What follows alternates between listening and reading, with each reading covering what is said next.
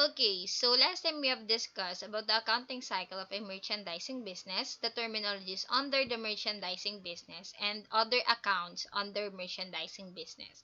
So now we will be discussing about the four special journals. So last time I told you that the unique part in merchandising business is that it have four special journals. Okay, so these four special journals, namely the cash receipts journal, cash disbursement journal, sales journal, and the purchase journal. So, itong journal na to is ginagamit lang siya under the merchandising business. Okay, so another is that other than the four special journal, we are still using the general journal. Kapag may mga hindi ka nare-record under four special journals, sa general journal mo siya i-record. Okay, so when we say cash receipt journal, dito mo i-record lahat ng na-receive mong cash. All the cash that you have been received in your business is to be recorded in your cash receipt journal. And when we say cash disbursement journal, all the cash payments, you will record it under cash disbursement journal. When we say sales journal naman, all the sales of merchandise on account, you will record it under the sales journal. Ulitin ko, under the sales journal, only the merchandise sold on account. And when we say purchase journal, all the purchases of merchandise or merchandise inventory on account. Under the purchase journal, I repeat, only the merchandise and the merchandise inventory on account, i-record mo siya under purchase journal. So, yung mga equipment that you acquired on account, the supplies you acquired on account, all the investment, non-cash assets, all the returns, i-record mo siya under the general journal. Kapag may hindi nag-fit sa four special journals, i-record mo siya under the general journal. Okay? So, now, paano nag-record or paano nag-journalize or paano tayo nag-entry under these four special journals? Okay, so in our recent transaction, so last meeting, binigay ko yung activity na to, which is the Pure Silver Superstore. So, paano natin siya i-record under the four special journals and the general journal? First, this is what you're going to do. You have to analyze saan mo siya i-record. Okay, so on the first transaction on November 10, 2017, Pure Silver purchases 10 boxes of Stick-O on account for 5,000 pesos from Stick-O Company under charge invoice number 153 with credit terms 510, 215, and N30. Okay, so sa first transaction na to, bumili daw si Pure Silver, let's say tayo si Pure Silver, atin si Pure Silver. Let's say bumili tayo ng 10 boxes of Stick-O on account. Okay? So, yung 10 boxes of Stick-O on account is already a merchandise. Okay? So, meaning, saan special journal mo siya ilalagay? You will record it under purchase journal. Okay, next. In order to bring the 10 boxes of Stick-O, it will cost 1,500 to deliver the goods. On the same date, both companies agreed on the term FOB destination. Okay, so last time I told you that when we say FOB destination, the seller will pay the freight cost. And when we say FOB shipping point, the buyer will pay the freight cost. So, FOB destination yung napag-usapan ni Stick-O and then ni Pure Silver Superstore. So, ang magbabayad is si seller. So, first, you have to analyze sino si seller, sino si buyer. So, ang seller natin dito is si Stick-O Company. Okay? So, dahil si Stick-O Company, yung magbabayad ng delivery or the delivery expense, hindi natin siya i-record. Okay? So, no record that will happen in this transaction. Walang journal. Kasi hindi ka naman maglalabas ng pera. Hindi ka naman ang magbabayad ng delivery expense. Next. So, on November 23, 2017, Pure Silver paid the account in full with Stick-O Company. So, in this transaction naman, nagbayad na daw tayo or si Pure Silver ng utang niya kay Stick O Company. So, dahil nagbayad ka, naglabas ka ng pera. Naglabas ka ng cash. So, meaning, saan mo siya i-record? You will record it under the Cash Disbursement Journal. Okay? Next. So, we have here, official receipt number 123. On November 25, 2017, si Pure Silver sold 3 boxes of Stick O to Aling Maria Store on account for 1,800 pesos, 600 per box with terms 310 and N30. So, in this scenario naman, on November 25, nakabenta naman daw tayo ng 3 boxes of Stick O kay Aling Maria on account. Okay? So, we have here, sales of merchandise on account. Ulitin ko ha, on November 25, 2017, nakabenta daw tayo ng Stick O or ng 3 boxes of Stick O kay Aling Maria Store. Bought on account. So, these sales of merchandise on account, you will record it under the sales journal. Next. So, on November 26, 2017, Aling Maria returned one damaged item of Stick O and issued debit memorandum number 03.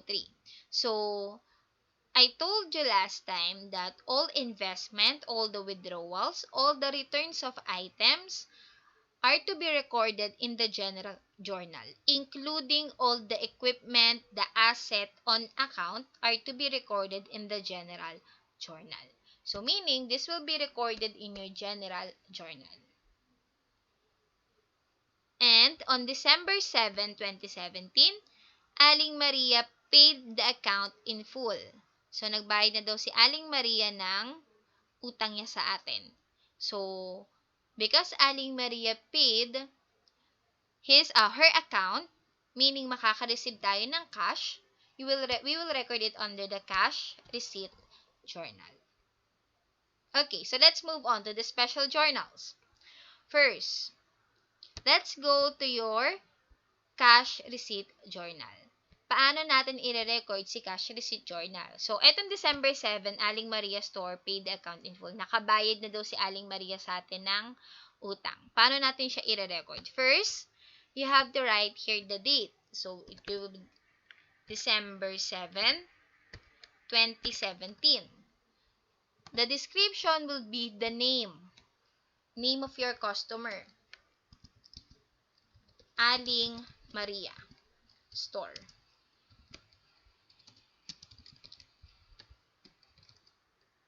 Next is official receipt. Balikan natin yung nakaraang transaction. So, dahil walang nakalagay na receipt dito, babalikan natin yung unang transaction. We have here official receipt number. Ito yung kay Aling Maria, 1, 2, 3. Connected po kasi sila. Kaya same lang yung receipt na ibibigay mo. So, you have here OR number 1, OR number 1, 2, 3.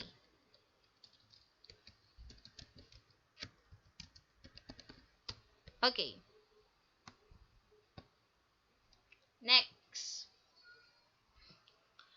Okay, so what will be the debit and what will be the credit?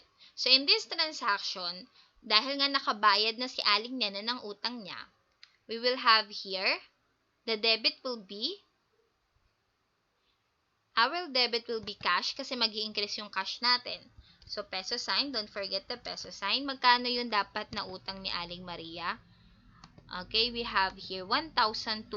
Bakit 1,200? Kasi, binalik ni Aling Maria yung isang box ng damaged Stick O. So, ang babayaran niya na lang in total is 1,200 pesos. Okay? So, we have here 1,200 pesos. And, credit will be accounts receivable, 1,200 pesos. Okay, so kapag wala ka nang i-record sa baba, isusulat mo na yung mga total niya. Same pa rin, 1,200, 1,200. Okay. Next. So this is how you're going to record under the cash receipt journal. The date, the name of your customer, the OR number, the debit cash, credit is accounts receivable.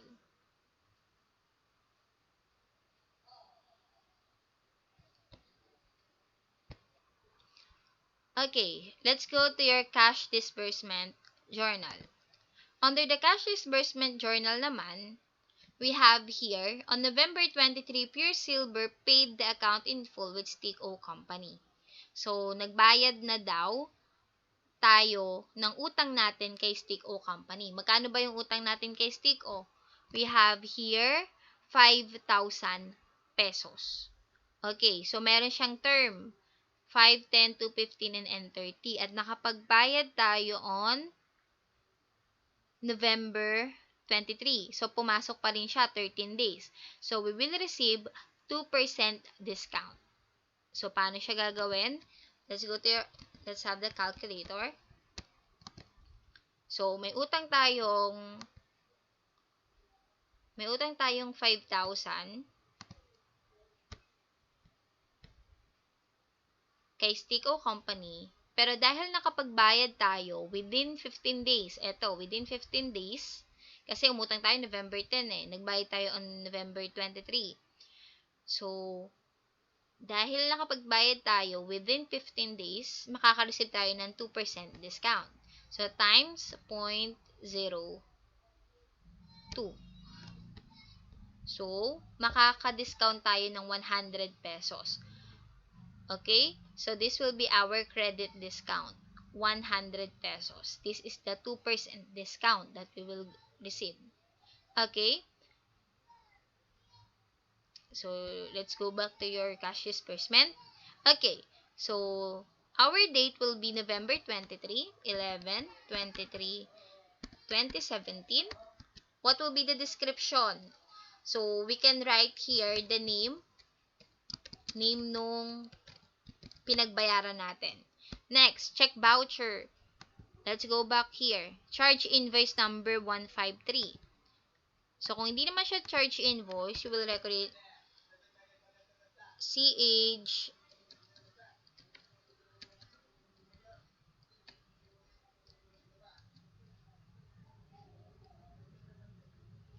CHI number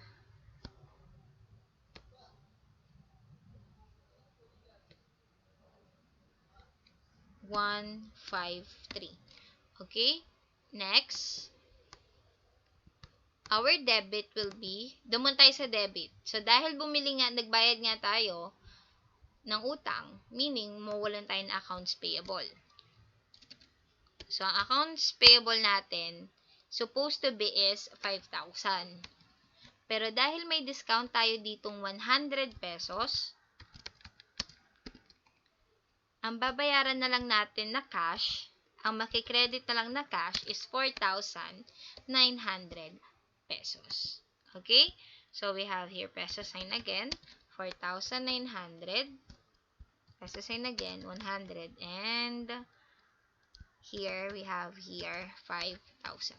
So, kung i-add mo tong dalawa, it will be 5,000, equal pa din siya or balance pa rin siya kay debit.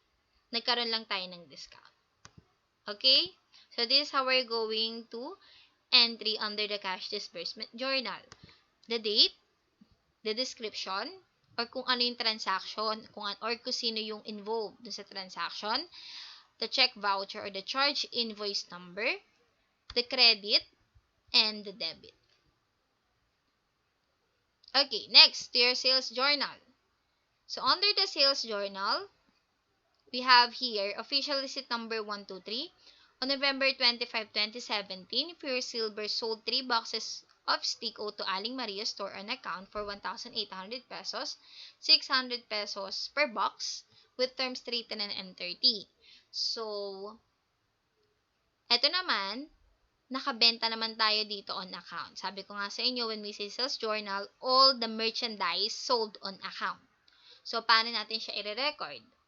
Or i-entry? We have here, November 25, 2017, customer name will be Aling Maria.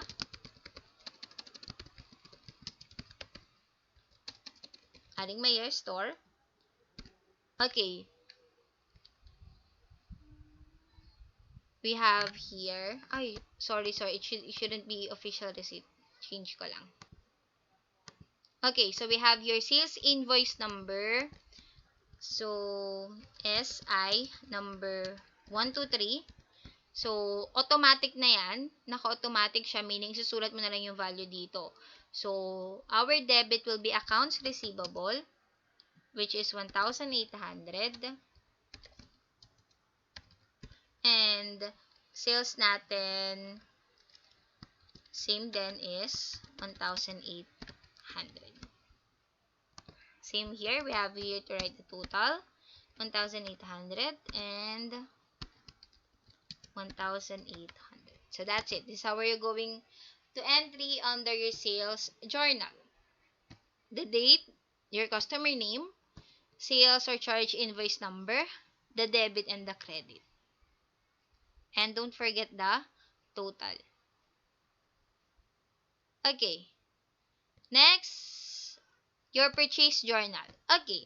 So, in a purchase journal, all the purchases of merchandise on account. Bumili ka ng merchandise on account, i-record mo siya under your purchase journal. Okay? So, paano kapag bumili ka ng equipment on account? Saan mo siya i-record? General journal. Paano kapag bumili ka ng supplies on account? General journal. Pero, okay, take note that the purchase journal in general business can be used for other transaction, for other purchase transaction. Pero, kung merchandising lang yung business mo, and you have the purchase journal, ulitin ko ha, if your business is only a merchandising business, the purpose of your purchase journal is to record only the merchandise inventory on account. All the purchase of merchandise on account. Okay? So, on November 10, Pure Silver purchases 10 boxes of Stick O on account for 5,000 pesos from Stick O Company under charge invoice number 153. Okay. So, paano siya i-record? Let's have here November 10, 2017. Description, same pa rin yung name, Stick O Company. Para mas mabilis mo siyang matrace. We have here, charge invoice number 153.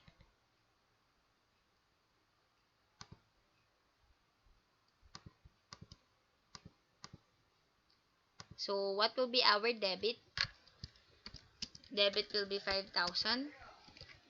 Ang debit natin dito is purchases. Sorry. Purchases and then accounts payable. 5,000 pesos. Debit, merchandise inventory, or the purchases. Credit is accounts payable. Automatic po yan under the purchase journal. Same pa din, your total will be 5,000 pesos. And then, same is 5,000 pesos. Okay. So, this is how are you going to entry under your 4 special journals. Ganito po siya. Ini-record lahat. Okay? Cash disbursement, purchase journal, and then your sales journal. Okay. Bigyan ko kayo na isa pang transaction, isa pang example. Okay, let's have here. So, we have here police merchandising. Let's analyze the transaction, analyze what special journals, saan nyo siya i-record, and then let's try to entry or encode the transaction into its appropriate special journals. Okay, so on October 1, 2019, Poly Merchandising sold merchandise on account to Jose. 80,000 pesos, terms to 10 and 30 FOB destination, paid by Poly amounted to 1,200. Okay. So, sabi ko nga sa inyo, for example, police merchandising, isipin nyo sa inyong business yon. Okay? So, let's say tayo si Poly. pagmamay-ari natin si Polis Merchandising. Okay, so on October 1, 2019, nakabenta daw tayo ng merchandise on account kay Jose. This is the first transaction. Nakabenta daw tayo ng merchandise on account kay Jose, worth 80,000. So, sold merchandise on account, that is automatic sales journal. However, meron siyang kasunod na transaction. Freight paid by Poly amounted to 1,200. So, FOB destination. FOB destination meaning the seller will pay the freight cost. The seller will pay the freight cost. And, sino ang seller sa kanila? Si Poly. So, ang babayad ng delivery expense ay si Poly. Okay? Freight paid by Poly amounted to 1,200. So, dalawang special journal neto. Sales journal and cash disbursement journal. Kasi nga, nagbayad tayo ng delivery expense. Next transaction. You have your sold merchandise to Jessie on account on October 3. So, nakabenta ka daw ng merchandise on account kay Jessie. Terms 5, 10, and 30. Same pa rin. You have here, sales journal. Next. Okay, so on October 5, 2019, Jose paid the account in full. So, nakabayad na daw si Jose ng utang niya sa atin. So, dahil magbabayad na si Jose ng utang niya sa atin, that is cash receipt journal. Okay. October 9, 2019, purchase merchandise on account from Speed Store, 90,000. So, bumili ka daw ng merchandise on account. Okay? So, you purchase merchandise on account, meaning this is under purchase journal. Next. You sold merchandise for cash. Ito naman, on October 11, you sold merchandise for cash 16,800 to Anna Shop, meaning nakabenta ka daw kay Anna on cash. Binayaran ni Anna yung merchandise on cash. Meaning, dahil naka-receive ka, you have your cash receipt journal. Next. October 21, 2019, you paid the following expenses. Nagbayad ka ng mga expenses mo. Salaries, rent expense, miscellaneous expense. So, dahil nagbayad ka, naglabas ka ng pera, that is cash disbursement journal. Very good. Next, October 23. Okay. So, you bought furniture and fixtures on account from Pochi Shop, 50,000 pesos. Ito naman, bumili ka daw ng furniture and fixtures on account. So, dahil nag-purchase ka on account ng furniture and fixtures, i-record mo siya under general journal, hindi kay purchase journal. Kasi hindi ka naman bumili ng merchandise. Hindi mo naman ibebenta si furniture and fixture. Okay? And October 28, paid in full the account to Pochi Shop. So, nagbayad na daw tayo kay Pochi Shop. So, dahil nagbayad na nga tayo ng utang, maglalabas na naman tayo ng pera, you have your cash disbursement journal. Okay, so that is how are you going to analyze what special journals are appropriate to these transactions. Okay. Let's move on to your transactions. Okay.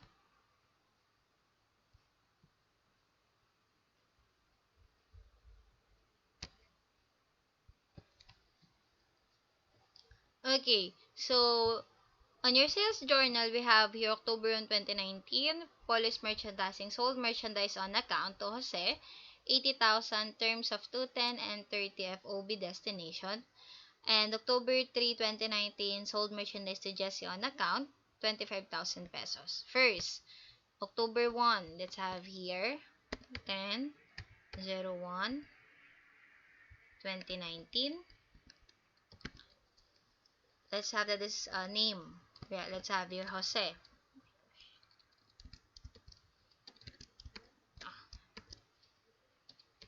Jose. Charge invoice. Hindi ko na nalagyan ng charge invoice, I'm sorry. Pero, all the transaction under the merchandising business, meron dapat siyang invoice. Okay? So, ngayon, hindi natin siya nalagyan ng invoice. Pero, ilalagay nyo siya kung merong charge invoice or the sales invoice. Mahalaga tong mga to. Okay. So, we have here, magkano? 80,000. Accounts receivable. And then, another is 80,000 pesos. Next. We have here October 3, 2019. The name we have here Jesse.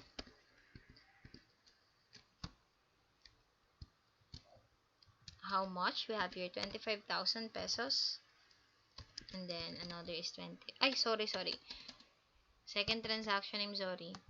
Wala na siyang peso sign pag second transaction na. We have here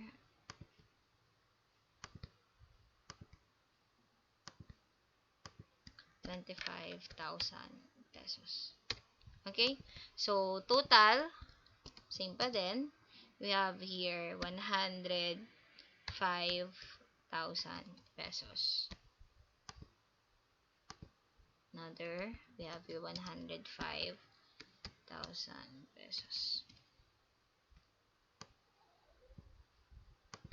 Okay, that's it. That's how we're going to entry under the sales journal. Make sure ha, may sales or charge invoice. Provided yan palagi ng transaction. Next.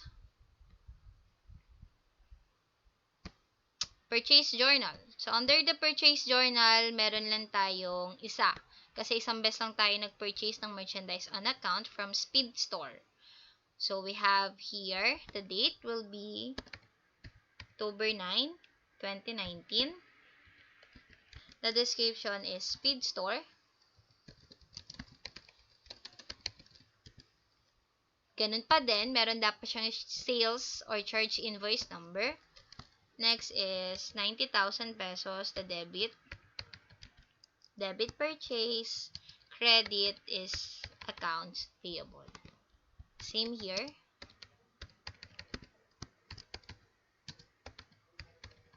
Okay.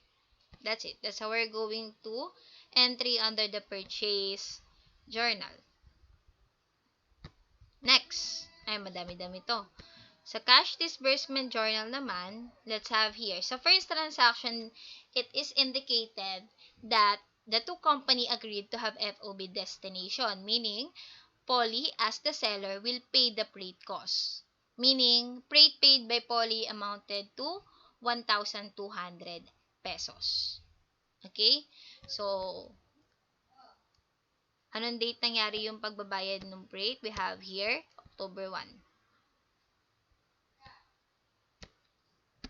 October 1, 2019. The description is freight cost. So, dahil freight in, we have here freight out. So, dahil tayo nagbabayad tayo si seller, tayo magbabayad ng freight cost. So, same pa rin, we should have the check voucher, sales invoice, charge invoice, official receipt. So, yun yung mga document, important document. Okay, next we have here the debit and the credit. Bakit madami si debit at bakit walang mga nakalagay sa part na to? Kasi kayo yung maglalagay. The more na madami kayong binabayaran na account, the more na magdadagdag to column na to. Si credit hindi po yan nagbabago, dalawa lang talaga yan. Si debit naman po, the more that you paid for additional account, mag-a-add kayo ng column. So, padagdag siya ng padagdag. Let's say, salaries, miscellaneous, rent expense, utilities expense, freight cost, ano pa ba, utilities, basta lahat na expenses. So, the more na dumadami yung binabayaran mo, the more na dadagdagan mo yung mga column. That is the reason why debit in here is located at the right part. Kasi, magdadagdag nga siya. Kapag dito natin siya nilagay, ang tendency, imposibleng madagdagan mo to. Okay? Imposibleng makapag-move ka ng mga column dyan. Lalo kung sinusulat mo talaga siya sa papel. Okay? So, first, analyze the debit and analyze the credit. So, the debit will be freight cost o kaya delivery expense. Pero lagay na natin freight cost. Freight expense. Pwede din.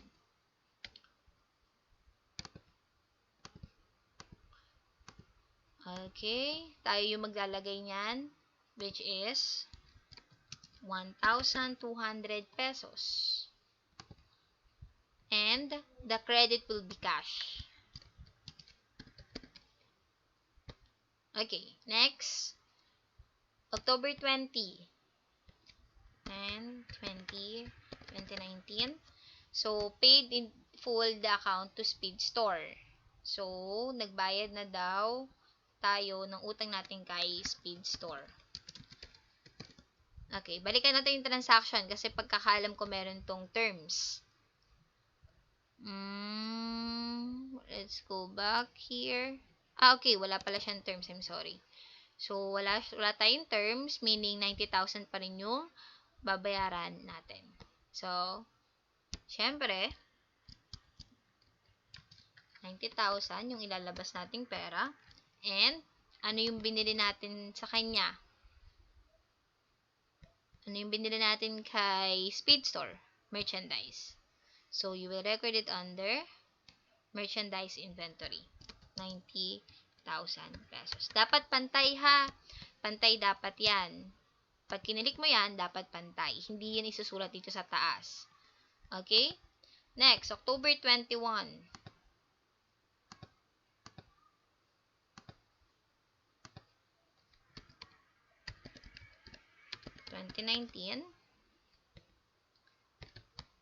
Pay the following expenses: store staff salaries, rent for the month, miscellaneous expenses. So, pwede mo naman siya isulat isa-isa. Let's say, store staff. Ay, sorry.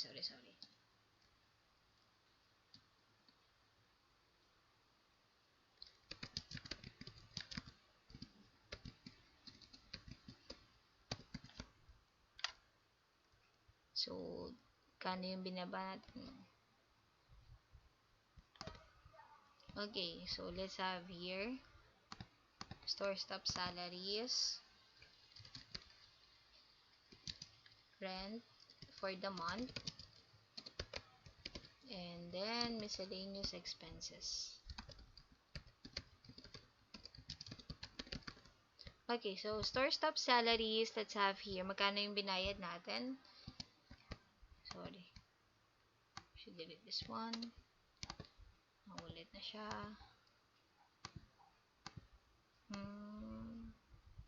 8,000. So, magdadagdag tayo ng dito. Salaries expense. That is our debit. We have here, dahil first value, 8,000. Next is rent for the month. Add ulit tayo dito ng rent expense. We have here, ang magkano binayaran natin sa rent is 2,000 pesos. Ganun din dito.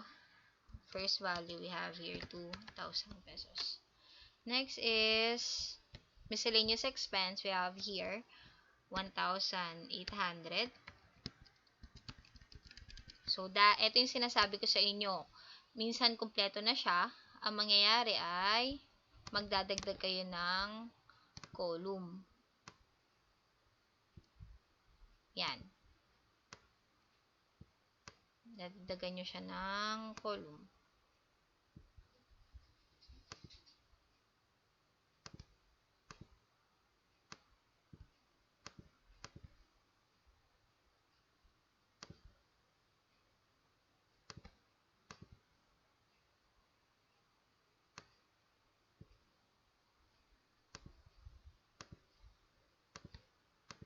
Okay. So, we have here, miscellaneous expense. Okay, so magkano si miscellaneous natin? 1,800 pesos. Okay. And lastly, October 28, 2019, we have here paid in full the account to Pochi Shop. Pochi Shop. Let's see kung may discount ba tayo dito. Wala tayong discount. Okay. So, dahil lang wala tayong discount, magkano pa utang natin? We have here 50,000. Cash will be 50,000. And then, so dahil nagbayad tayo ng utang, our debit will be 50,000. Accounts payable. Debit accounts payable, debit accounts payable, credit cash. Accounts payable kasi, nagbayad na tayo ng utang. Now, let's go back to total. Ito, medyo madami-dami ito. Unahin mo natin si credit. 90,000. 50,000. 1,200. 8,000. 2,000. And 1,800. Okay. Next, ito naman. Where's our calculator? Okay. So, we have here 1,200 plus 90,000 plus 8,000 plus 2,000. Oh, sorry. Plus 2,000 plus 1,800 plus 50,000 equals 1,153. Sorry. Nanegate. Sorry. Nanegate. 153,000. 153,000. Okay. So, make sure, ganun pa din, balance dapat yan dalawa. Kunin natin ulit. Check natin kung 153 ba itong tatlong to.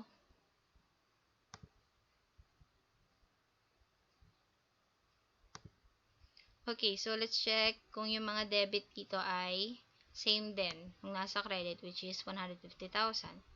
You have your 90,000 plus 50,000 plus 1,200 plus 8,000 plus 2,000 plus 1,800. Okay, so we have 153,000. So, equal silang dalawa, si debit and si credit. Okay, so this is how are you going to entry or to encode under the cash disbursement journal. And lastly, let's have your cash receipt journal. So, under cash receipt naman, ito yung naka-receive ka na ngayon ng mga cash. Okay, so October 5, let's have October 5, 2019. Jose, paid the account in full. So, hanapin natin yung, meron din tong OR number ha. Make sure, check nyo siya. So, ang utang natin kay Jose, okay, so we have here, terms of 2, 10, and 30. So, nakapasok si Jose sa 2% discount. Kasi within 10 days nakapagbayad siya. Ayan po, ayan. 2% discount kapag nakapagbayad ka in just 10 days. Eh, nagbayad siya no October 5, meaning may discount siyang makukuha. Okay? So, paano gagawin natin? Compute for the discount. Okay. Let's have here 80,000 times 0.02. Oh, sorry. Okay, so we have here 1,600. So, 1,600 yung ibibigay na discount kay Jose. Okay? Let's have here Jose. 1,600 yung ibibigay nating discount kay Jose. And we have here accounts receivable. Magkano ba yung supposed to be na marireceive natin kay Jose? Should be 80,000. 80,000 yung supposed to be na marireceive natin kay Jose. Okay? So, magkano na lang yung marireceive talaga natin kay Jose? So, dahil meron siyang discount, so, 80,000 minus 1,600, which is yung discount niya, ang marireceive na lang natin is 78,400 pesos. Okay. Next, October 11, 2019. Let's have here Anna Shop. Ito naman ay let's go back to Anna Shop. Okay, yun. Sold merchandise for cash. Oh my gosh. 16,800. Okay. We have here cash, which is 16,800. So, dahil hindi naman siya utang, it is automatic on sales. 16,800. So, our debit is cash, credit sales. Let's go back to your total. Unahin muna natin itong mga isa lang yung value. 1,600. Next is 16,800. And then is yung 80,000. And then ito naman. 78,400. Oh, ba't ko pa binara? 78,400 plus 16,800. We have here 95,200.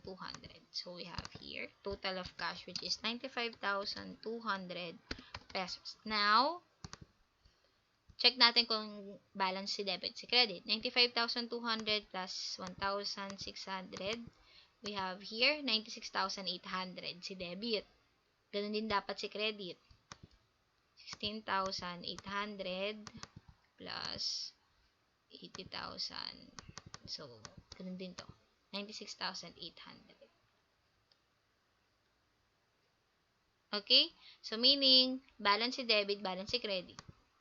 Okay? So, that's how are you going to encode their entry under your cash receipts journal. Okay, so next time na may mga activity tayo under the merchandising business, make sure to use the 4 special journals. Okay? Especially kung merchandising yung ginagamit nating business or transactions. Okay, if you have questions or clarifications, kung may hindi kayo maintindihan, you are free to ask, you are free to comment dun sa ating Edmodo class. Okay? Thank you for listening.